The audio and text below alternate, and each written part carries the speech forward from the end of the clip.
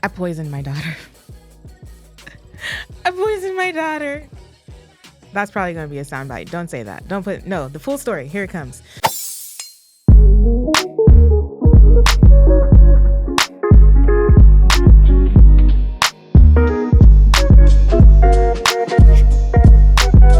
Hello, my name is Mrs. Melanin. And I'm Belief Mel. And we're here with episode, can I get a drum roll? Boo! 200 of How Married Are You? Okay, my name Belief. This is Yvette. We married 13 years. Live in California. We got 4 kids. Relationships scary, very necessary. Share our love of struggles. Ask how married are you? Every Tuesday and Thursday, shoddy. If you're listening, you're in the wedding party. It's okay if you want to put your hands up. You got the questions. We got the answers. It's chocolate baby story time. Chocolate baby story time. It's chocolate baby story time. 1, 2, 3, and... It's chocolate baby story time. So our daughter, oh my gosh, let me just tell this story. I was going to tell another story, but let me tell this story, y'all. I poisoned my daughter. I poisoned my daughter. That's probably going to be a soundbite. Don't say that. Don't put, no, the full story. Here it comes. So, Glenn and I have been having this ongoing conversation about feeding the family. And we're not going to get too much into that part of the conversation. However, I will say that I was like, okay, let's branch out. So last night I had Anaya. I knew we had cod. I hadn't taken out like all the things to cook our typical meals. So I was like, I know cod will defrost fast, but I just put it in some water. So I was like, okay, tonight for dinner, we're going to have some cod. I figured cod was a safe choice because Anaya has an allergy to shellfish, and cod, when I looked it up, is not considered a shellfish. So I was like, let's run it. Anaya even wanted to help me make dinner. So I had her help me make dinner. We get this really, I think it was a very nice meal put together. Did you bring that for leftovers? You sure didn't. We had cod, Brussels sprouts, and some sweet potatoes. Just a whole meal. Put it in front of everybody, make everybody's plate. Anaya's eating it. She doesn't want to eat it.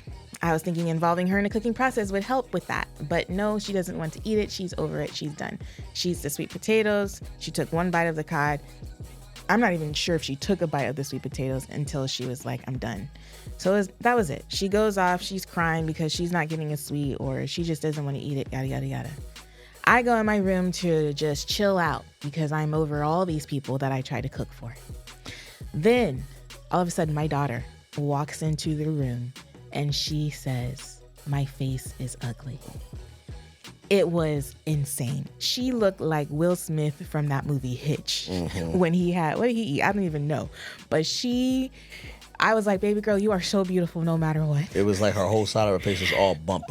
It was just crazy. Eye was closing. It was crazy. insane. And so I rush her downstairs. I'm like, we need the EpiPen. We need to, and Glenn's like, Benadryl? Yeah. And so she got some Benadryl. We put her in the shower to try to relax her. I had to calm her down. Yeah, he had to calm both of us down because internally, I think I handled it. Like, I was pretty calm. But internally, I was like, oh my gosh, this whole night is over. Like, yeah. Dollar signs started actually going off in my head. We got to go to the ER. It was just a bunch of stuff. Anywho, thank the Lord. She is okay. Her face is back to normal. And I poisoned my daughter. Mm-hmm. Yeah, that was pretty wild. I thought it was, when I saw her, obviously it was like tough, but I could tell that she could still breathe. Yeah, she was breathing fine. If her lungs were like, if she wasn't having a hard time breathing, then I would have EpiPen, right? But because I saw it was basically topical, it was just like, can I give you a hug? Let's hug it out for a second. You're fine. You want to sit in the shower? All that. It was pretty cool. But yeah, so what happened? Raya had boxing yesterday, first time. Now, I told Raya he can go to boxing as long as he doesn't start hitting his brothers and sisters, right? And he was like, can I hit you? And I was like, you could try, but I'm going to hit you back, you know what I'm saying? But anyway, he started to do boxing yesterday, and he, not very coordinated. Not very coordinated, right? He's his mother's son. Okay, is that you? I'm not coordinated. Okay, well, I wouldn't say that I look the best boxing, but I definitely don't look that bad. And even if I was younger, I still think I would have been able to like move a little bit. Oh, you mean like while you're watching him in the gym? Yeah, like I'm watching him in the gym, and I'm kind of like, all right, one, I don't want to watch him because I don't want him to see me seeing him. And you know what I'm saying? So I just kind of let him go, and I was kind of like peeking behind stuff. And then I saw that man jump rope. It was a tough sight. He was, stop picking your scab. He was like doing the jump rope thing where you kind of skip and gallop, right? And you know, like he couldn't get up both feet at the same time. And so everybody was doing it, and people would do like, for every 20 jump ropes they do, he'd do like 2. Oh, dang. Yeah, it was bad. So the coach was like, man, he did a really good job. He's rock solid. He really needs to work on jump rope, right? So I was like, okay, cool. So Ryan was really excited. He was telling me everything he was learning, really excited. He was like, I'm just so bad at jump roping. I'm so bad. So we went to the store, got him a jump rope, got him boxing gloves, got him some wraps for his hands, right? Because we were going to have to spend that anyway. Did he talk to you this morning? He was trying to figure out how to wrap his hands. Yeah, he needs to relax. So we get to the thing, we get home, and last night he started jumping a little bit, but this morning I woke up and I was like, let's work on jump rope. Uh-oh. This morning he jumped, answer that. This morning he jumped, and he was jumping, like he was doing like the one jump, then jump twice, and then jump twice. It was really cool, and then he ended up doing one jump at a time. So Ryan did really good with that. All right, let me explain something to you. This morning, I got back from Atlanta. Or last night, I got back from Atlanta. Took Riot to the thing. Came to the office this morning. Apparently, I don't know how it happened, but I wasn't here. Stop picking your scab, Yvette. What is going on with you? I got something to tell y'all. This is crazy. Wait till I tell y'all. So, apparently, there's flooding in our bathroom. You're still picking the scab. That is so crazy. Babe, it's like a piece of skin that's just hanging out there. All right, I gotta just get leave it alone. off. Leave it alone. So we there's flooding in our bathroom upstairs, right? We have one story. This is at the office. So it's flooding, and I don't know what happened, but apparently there's flood all over this water. I don't know if you should talk about this on social media. It could be used against us in the court of law. Well, for what? I don't know. I'm just telling them what happened. The same thing I would tell the insurance. The same thing I would tell the property management. It's flooding. The people downstairs are like, yo, all their stuff is out on the. It's crazy, guys. So anyway, we got all their downstairs is like damaged and all this stuff, and so I'm like, what? So we have to figure out like what the issue is, because we've been having flooding in this building for a long time. Outside, water's getting in from the ceiling, stuff is coming down, and the bathrooms have been flooding from the bottom, right? Over and over and over again. This has been happening so much so that we put one bathroom out of order, and now the other bathroom is flooding from below. So we'll flush the toilet, and then water starts coming up from the drain in the middle of the room. So I'm like, what the heck? So it might be an expensive end of the year, I would say. So I just want to let you guys know that you can like and subscribe. You know what I'm saying? Like, help us get out there and help us, get more advertisers and stuff like this onto this platform, because, we don't really, this is not, we'd like to be making more income from this avenue. So just letting you know there. We know that we're adding a ton of value, and we know that it's all good, but, just certain expenses, stuff like that, I'm just like, man, this is crazy. The cost of doing business, right? Mm-hmm. So we're going to have to try to get, insurance involved and all that stuff. But just let you guys know, if I'm at all kind of down, that's why. Yeah, because this is episode 200. 200 episodes. We've sat down in front of this camera 200 times. Yeah. Probably more than that. Some episodes didn't make it out because we probably argued or something. Mm-hmm. I know there's at least 201, but that's how many times we sat down in front of a camera and shared our stories of triumph and failure and love and all the things. So what do you like feel? Did you think we were going to get to 200 episodes? I don't know. I don't know if I even thought like that, you know? I just was here showing up. It's pretty consistent. Like, that's a long time to sit down. That's 200 hours, essentially. Some episodes are 30 minutes, 45 minutes, but we could say that we intentionally sat down for 200 hours talking about our relationship. I don't know if people can say that in their marriage. You know? Yeah. Nonetheless, we're here. Do you have the script for BetterHelp? No. I thought we had to give the episodes... We had to give them the episodes before. The episodes before we They had to film see it? the episodes. No, I thought we were supposed to... Well, check this out. What? Let's just keep talking. We could just drop it in. Okay. All right, y'all.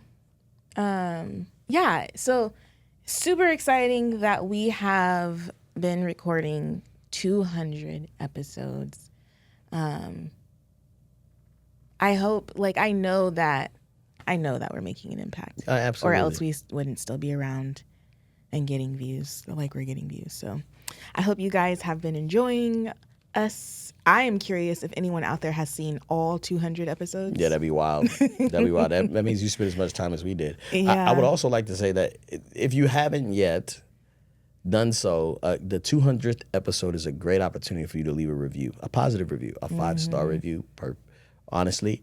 But if you want to just leave a review and let us know how much we've impacted you guys, and or this podcast and this intentional sit down has helped you out in the past. Yeah, if you're someone who watches the podcast versus listens, just while you're watching right now, open up your app to the Apple Podcast app, look us up, or even Spotify would be helpful. Write a review over there and let us know how we are impacting your life. And check this out. Oh, sorry. Go ahead. I was just going to say, Glenn already said it, but I'm going to say it again. Please like this video and subscribe. In this very moment, we will give you a moment of silence. And done. Yeah. Thank you so much. And so what also the thing that happened which is really dope, is that Anchor allows you to upload, Spotify allows you to upload a video. So now I don't even make a audio version. I just upload the full video. What? Yeah. Wow. Now let's know if you've been watching on Spotify too. That'd be interesting. Oh. Yeah, because you can watch. You can watch it on Spotify. Yeah, so I just upload a video and I guess it converts it to audio. Oh. Wow. Is that do you have an account? I need to log into your account. No, it's the Anchor. No, I mean to your Spotify account, because I still get commercials on Spotify. Oh, okay. Do you get commercials? Yeah. Oh, yeah, I do? don't pay for Spotify. Right oh, you don't? Oh, okay. I'm Apple Music and YouTube Music. Okay. All right. So we got an interesting email this time. Oh, let me tell. Oh, what are you going to tell? About the cooking thing. All right, so this is what I think, guys. And we're not going to get into this whole conversation because it is an argument. It shouldn't be, but it is. So Yvette, how can I say this? I don't know, because I feel like you're about to cause an argument. Right. There's a whole different podcast. This is not Marcus and oh my gosh, Angel. That chick Angel. This is Yvette and Glenn. Yeah. Okay. Okay. So let's not go there. Okay. So I'm gonna go there, but just don't. Just don't. But this is my theory. This is my theory. Can you show them your hands? No. And if you haven't paid attention, she has a Band-Aid somewhere. I took it off. She took her Band-Aid off. She had a Band-Aid somewhere. She has a burn mark on her arm that she's picking. Okay. So it's consistently in the kitchen, Yvette. Because my thing is kind of, okay, so I've been making a request. I'm walking on thin ice here. You are. Right? About to ruin the whole mood of the 200th episode. Well, my mood is already ruined, so why not bring you down with me? So, oh my gosh. I've been saying, if you want to cook for me too, that'd be great. That's not what he said. Okay. He didn't say 2, but now he's adding the 2. I get it. Go ahead. Okay. Keep going. All right. So if you want to cook for me, that'd be great, right? So since about 2 weeks ago, every week there has been some type of stabbing or Stabbing? That's what you're calling it? She has stabbed herself, literally cut herself, like bleeding and needing like super glue to suture up the wound. Or she has burned herself in the kitchen. Last night, as you heard from the Chocolate Baby story time, she poisoned our daughter. And she keeps saying to me that I need to be in the kitchen. I need to cook sometimes more often. I need to cook more is what she's getting at. But I'm saying you don't have to cut yourself, burn yourself, and pour out daughter for me to do that. You know what I'm saying? I think she's doing it a little bit on purpose so that I can just be like, all right, I'll do it. I'll take care of it. Did you pull away from me as I touched right here? You see your lip trimmer? I'm not even going to say nothing because I'm trying to stay in good spirits. I'm going to be whatever. I've said this to her at nighttime, too. We already talked about it. He said this last night. I mentioned this. He acted like I poisoned our daughter. I poisoned our daughter. I just was joking. So that it was a joke. Could get in the kitchen and cook more. That is the most craziest thing I've ever said. And I was like, if you think that love me, we need a divorce. No. Definitely not poisoned her. I know that was a freak accident. That was an accident. But the cutting and the burning yourself consistently, you've burned yourself twice and you cut yourself 3 times. I've always been clumsy. You've always been clumsy and accident prone. So now when I say Raya takes after you, I need you to own that. Can we make, I need a win. Okay, babe. We can own that? That can be your win for today. All right, cool. Oh my. All right, y'all. This is an email. This might be a whole is this gonna cause an argument type day. No. But I did want to I don't even know. I'm just gonna read it because I'm curious what Glenn's thoughts would be. Hi, Glenn and Yvette. My husband wants a baby no. Hi, Glenn and Yvette. My husband wanted a baby so bad, and he wants more. However, he barely spends time with our baby. However, let me start over. I'm struggling. And take 2. Hi, Glenn and Yvette. My husband wanted a baby so bad, and he wants more. However, he barely spends time with our one baby. Not to mention, childbirth was traumatic for me, and I don't want more. We both work full-time jobs. We both work full-time, so that's not an excuse for either of us. How can I explain to him that I'm done having kids? How would this cause an argument? I don't know, because, No. Like, it's hard when one person's done and the other person's not. And then it is kind of tough when it's like the woman who doesn't want more and she's the one that actually has to carry the baby and care for it. That's not our situation. I know, but I'm just saying in general, like our belief systems on this. I don't even know what my belief system is. Yeah.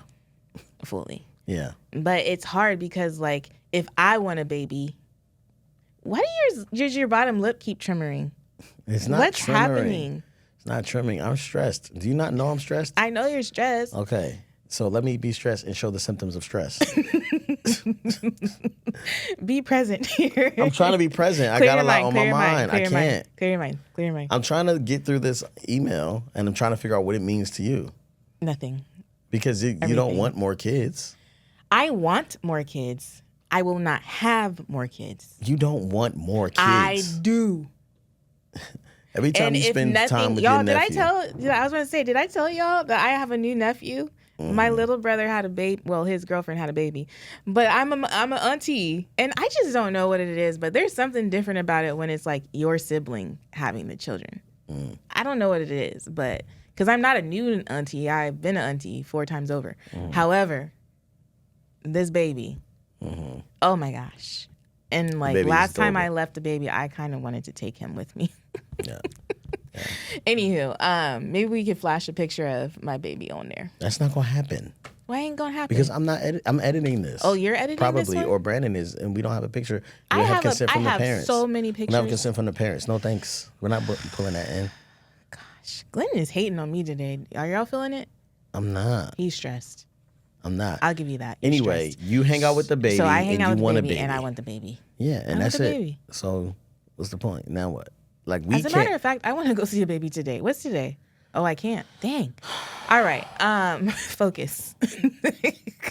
Focus. I can't. So I don't want a baby. No. No, that's right. No.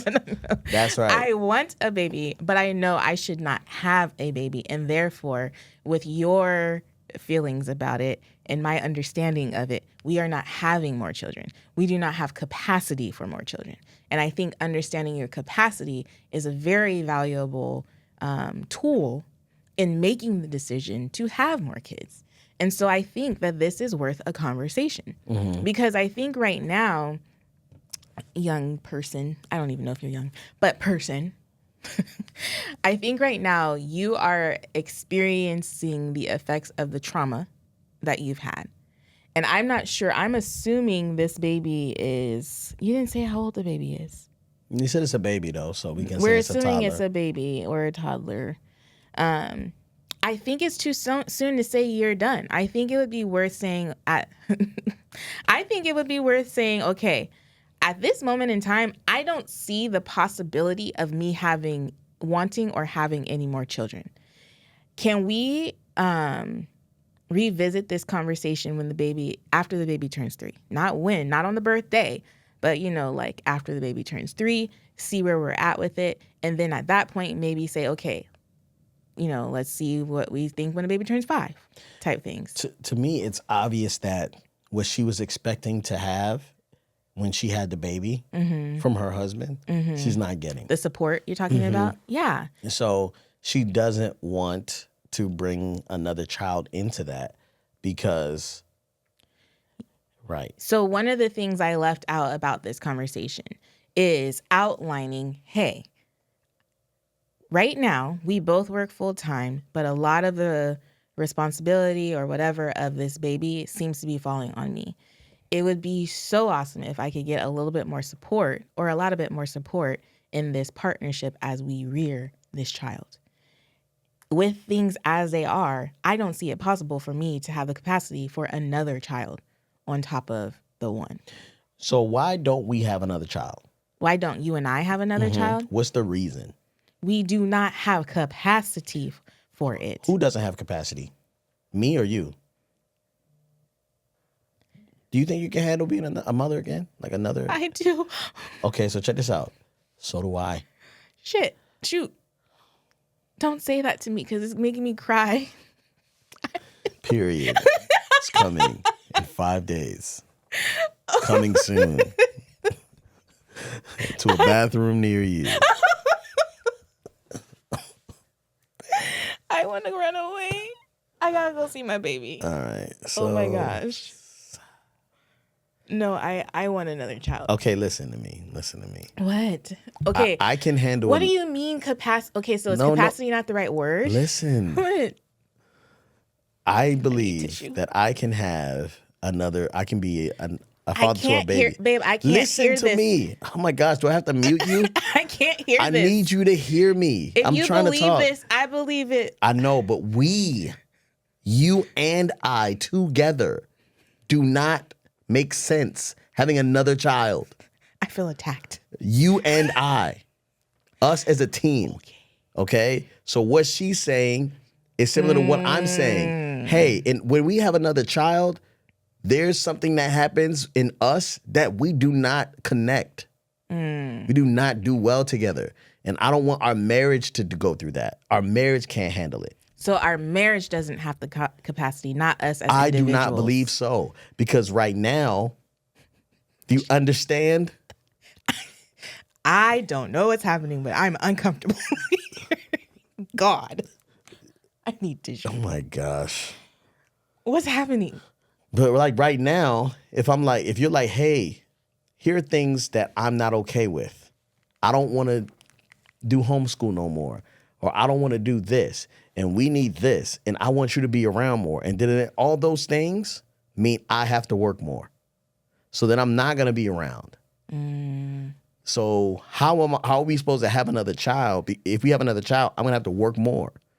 Or we could move somewhere where the cost of living is less. Yeah, but then we have to redo our whole lifestyle, social everything. Like we need new support. And I know we don't have much support now, but we have more support than we think we do because we don't rely on people as much. Mm-hmm. But I think that our marriage is what my issue is. It's like, it's really harder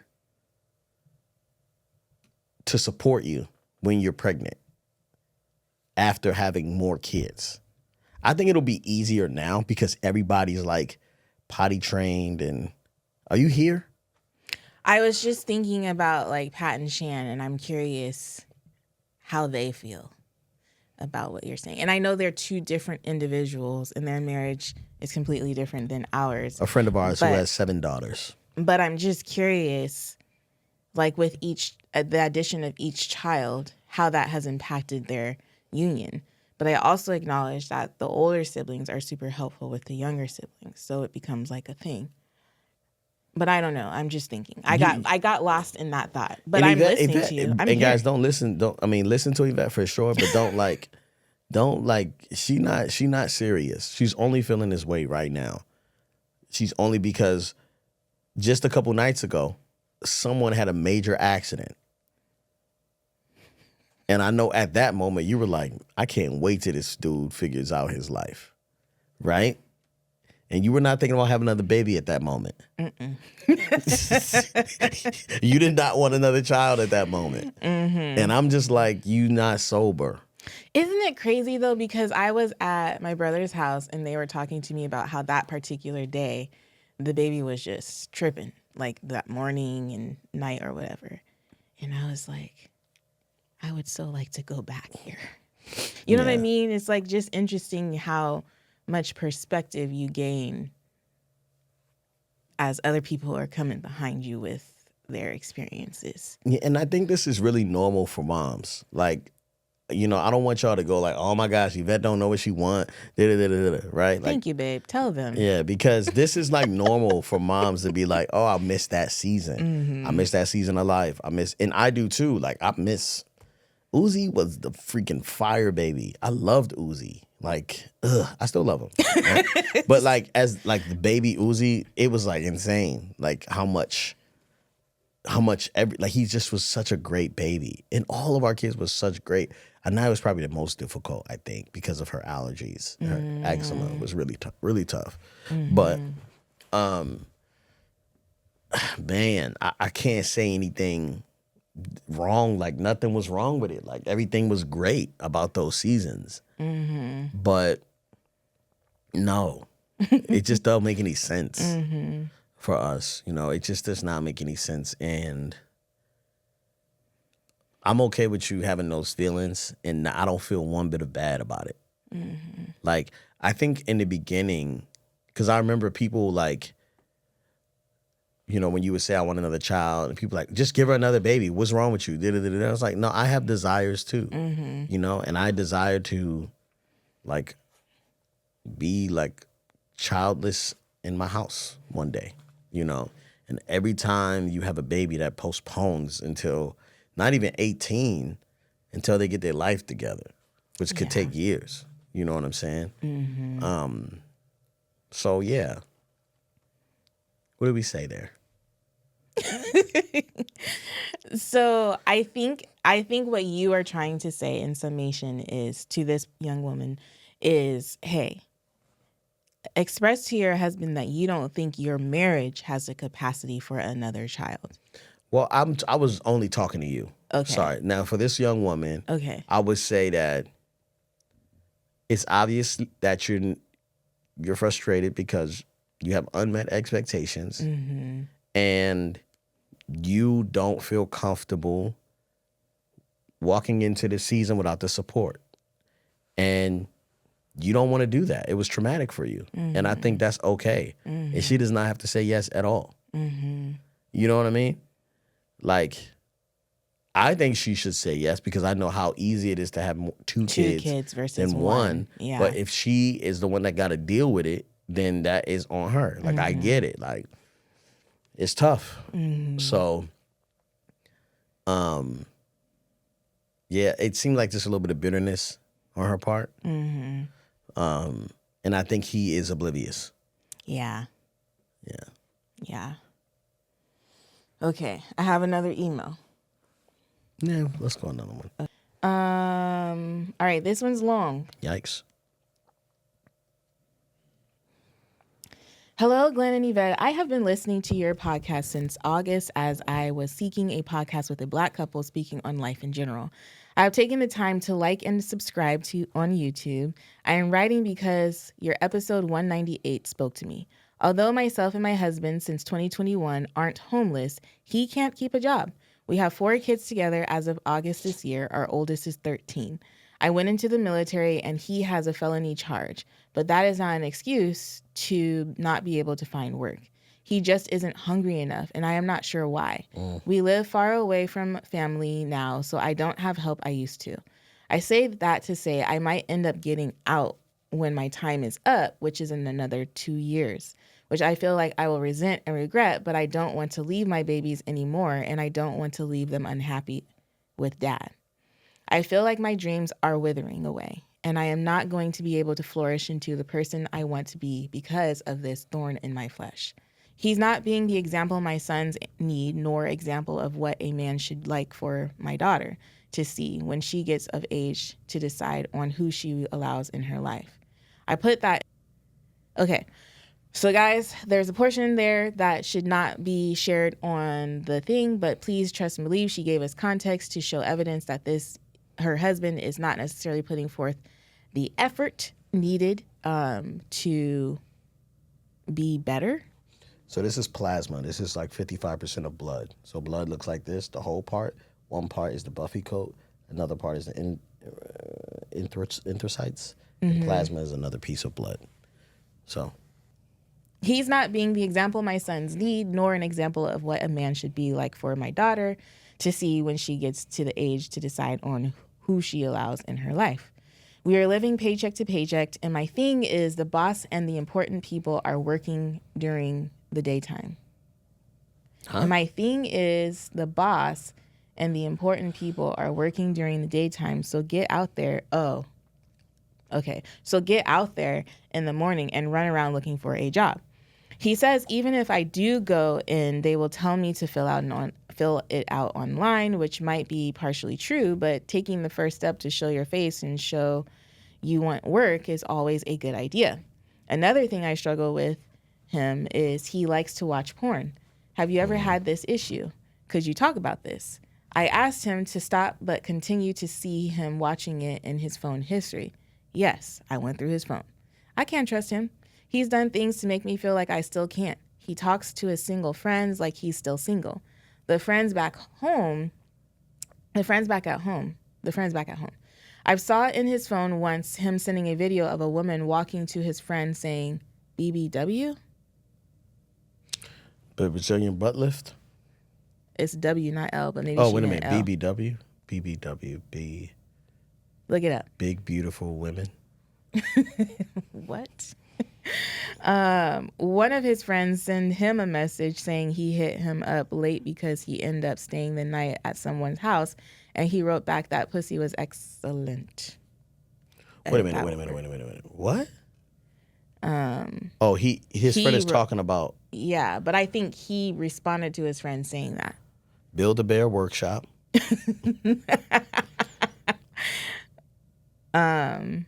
My thing is if what was... Bath and Body Works. Okay.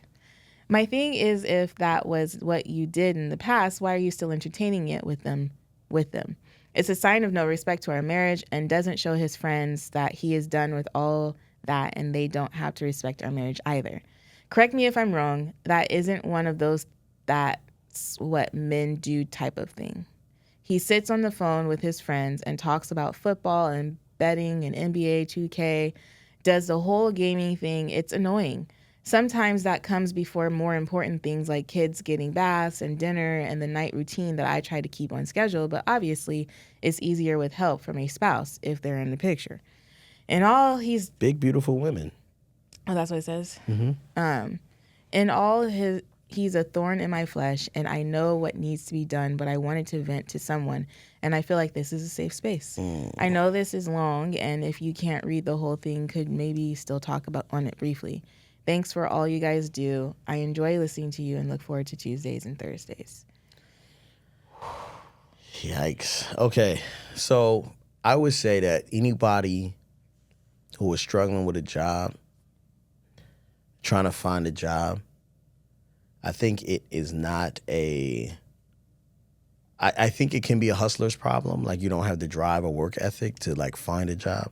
But really, it has more to do with your community and your network, right? Like if you can show that value to the people around you or be around people and add value to them, then you can get a job. You can find someone but the current friends you're hanging around with, this guy's hanging around with, they're not going to help him get where he wants to be. You know what I'm saying? Like, I guess he's far away from home. Mm-hmm. He's talking to the homies from back home. Mm-hmm. He's watching football. Like, all that stuff is not going to get you where you want to be. Mm-hmm. So you got to kind of cut things out in order to get where you want to go, right? Mm-hmm. Talking on the phone, I mean, you can still talk to the homies, but talk to them when you're not looking for a job. You know, scrolling, watching porn. What is he doing? Playing video games? Mm-hmm. You know what I'm saying? Like, I don't know what that's about. Like, I can't sit like that. That's scary. You know what I'm saying? To be that type of person. So how do we help this woman? I don't know. Thoughts? Concerns? Are you internalizing any of this? I'm not internalizing anything. I do believe... I think you're right. I think one of the main things, I think people underestimate how valuable it is to have solid people around. Mm-hmm. I think sometimes people think they can do things in and of themselves and they can make it work or whatever. But what it sounds like that both of you are lacking is community with solid people. I am not sure how you necessarily find that community. I do believe becoming a part of a church body is the easiest way to maybe get plugged in or tap into some sort of community. But what it sounds like he's lacking is, like Glenn said, community, like solid, good brotherhood. People who hold you accountable and call you out when you're doing things like what he's doing. Because my initial reaction is like, yeah, this guy sounds like some baggage that you could let go of. Yeah. However, she's a mother of four. She's a mother of four, and he's a father of four. And they laid in bed together, and they've made this bed, and it is what it is. I understand that he has a felony conviction, which makes it harder for him to get a job. However, when people show that they have redeemed themselves, things can happen. He's also got some ideas for starting his own job. And we business or his own business? His own business, I mean. Yeah. So my first inclination is, and I know you reached out to us to talk to you, but we can't talk to you and him. You know what I mean? Yeah. So you guys need to talk to somebody, let somebody in on what's going on, and then hopefully do life. I don't know. Do life together. It's very difficult. Like, okay, so like I have struggled with porn before. You know what I'm saying? Like, the desire for intimacy, I don't know what his purpose or reason is, but like he may be desiring something, and not saying it's your fault at all. I'm just saying that he may have a desire that he can't communicate, or he may have an addiction. You know what I'm saying? Like, I'm not sure, but I would say that I gotta go soon. I got the after school program, but I want to say that I don't know what to do with these type of people. I don't know what to do with these type of men. I'm sorry. Like, it's really hard for me to but I know it's a lot of them. You know what I'm saying? And I'm not saying that I've never been one. I don't think I have, though, to be honest with you. Mm-hmm. You know what I'm saying? I was always doing something. And somebody had beef with me saying, like, yo, if you can't do what you want to do, just do something. Mm. And I understand that, but, like, they had beef with me because they're kind of like, yo, black people are always taking less than they need or they should. But we're not talking about that. Like, your responsibility is to provide for your family in a bunch of different areas. Financially is one of them, right? And so if your wife has this issue with you, right, I think that's a problem, because it should be an issue you have with yourself. It should be something that you are holding, you know what I'm saying? You are thinking about. Like, so I think that it's, man, throw the freaking video game away. You know what I'm saying? Like, throw the video game away, go outside and add value to some people and get in some different relationships. Figure out how you can market yourself and make it add value to yourself and be an understudy for somebody. Go sweep hair at the barbershop. Like, it's a lot of different things you could do, you know, and I'm not saying that. DoorDash could actually be pretty lucrative depending on where you live. You know what I'm saying? But if he's playing video games and watching porn and doing all the things, he's not really out there like that. Yeah. I'm saying you could be playing video games in your car while in between dashes. You know what I'm saying? Like, let's keep it a buck, especially if you're DoorDashing, because now you're picking people up and taking them to your car. You can, I mean, whatever, like, you got to go get it. Like, I don't know what to tell. I would just like to say to the lady that you're not alone, right? Like, there are other people that are dealing with the same situation, and you're not alone. And are you trying to encourage her by saying that? Yeah. Oh. I want to encourage her to know that, like, you're not alone, but, like, this doesn't have to be the end. You know what I'm saying? Like, there is hope, right? Like, the problems have solutions. He needs a job. He needs to find something that he can do, and then he can earn what he wants to do, right? And then he gets to do what he's built to do, what he's made for. And then he can do the impossible. But first thing you got to do is get on the board, and that's just getting consistent income. And maybe you could say, hey, bro, I don't care what you do. We just need to be making $3,000 a month from you. Instead of saying, hey, go get a job, because you don't really want him to get a job. She does care what he does because he's a felony, so she doesn't want him going into anything that is against the law. Yeah. Yeah, I'm not sure if we helped that by any means, but I do believe that if you can find some people to do life with, have them over for dinner, whatever the case may be, just some solid folk. Think about somebody in your circle, whether it's one of your girlfriends who has a husband that seems to have his head on straight, bringing them around and schedule a family play date or something. I don't know. But I think that seeking out community would probably be the best thing for you, and seeing if he's open to that. How married are you, my love? I'm so married that